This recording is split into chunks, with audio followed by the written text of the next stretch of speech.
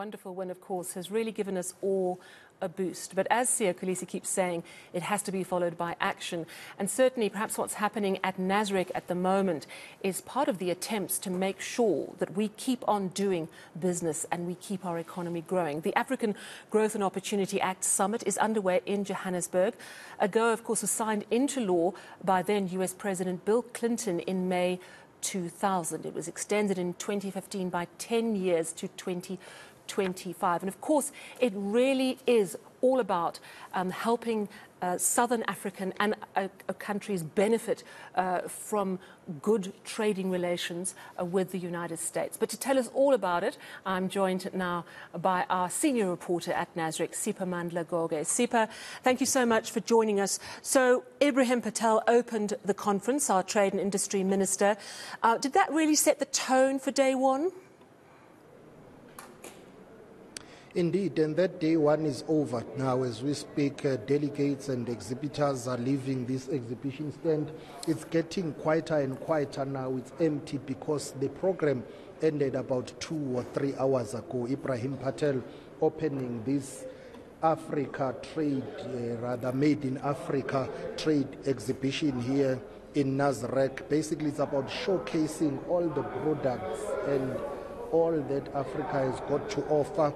And it's important to have this exhibition because some of these products that have been displayed here or exhibited here, showcased here, are being sent to America. They are being exported to America. And there are even those who are still looking for market to export their products to the United States of America. AGOA is about 2 things really: trade and exports, nothing else. And that is the gist of this 20th summit that is happening in South Africa. Of course, it's happening within the context of geopolitics. A lot is happening in global politics, and this is about political diplomacy. But most importantly, this is economic and trade diplomacy, nothing else. All the countries that are participating in this AGOA setup, they've got economic and trade interests that they would want to see being advanced. America would want to penetrate the African market.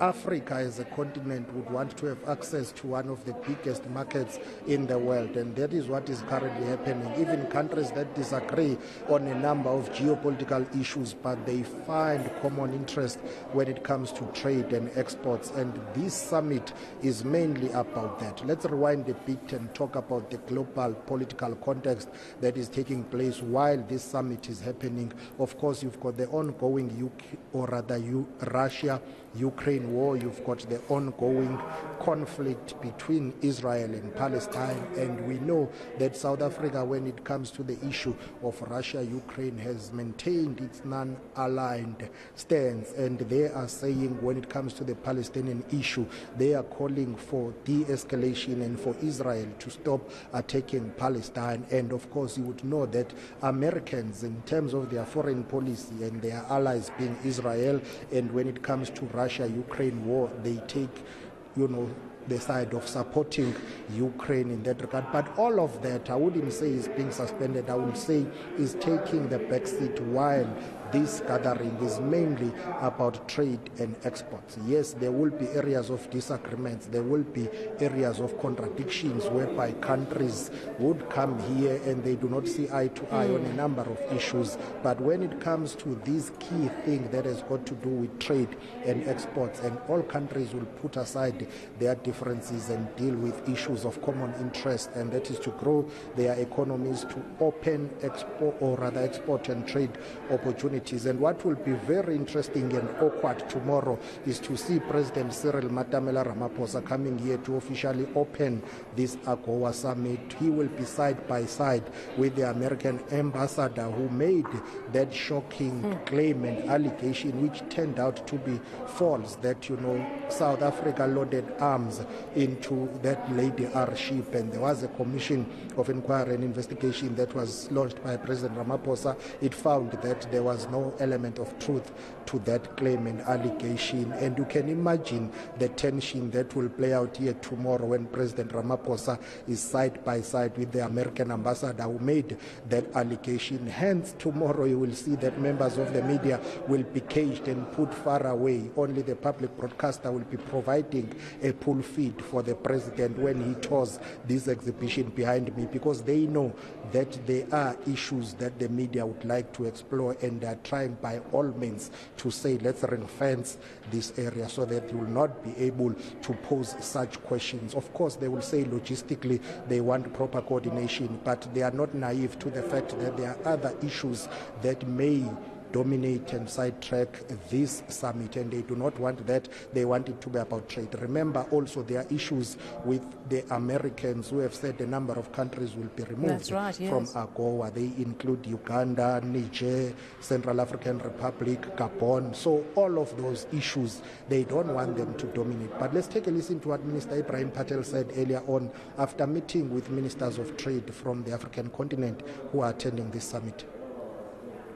Colleagues, the forum itself that we're preparing our discussion on is organized around a theme.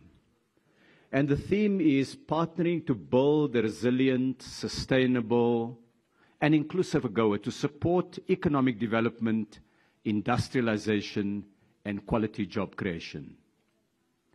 I am sure I speak for all of you to say that it sums up our ambition. It sums up what we as African governments need to deliver for our citizens. Africa is redefining its role in the world. We are young Africa, ready to embrace the challenge of industrialization.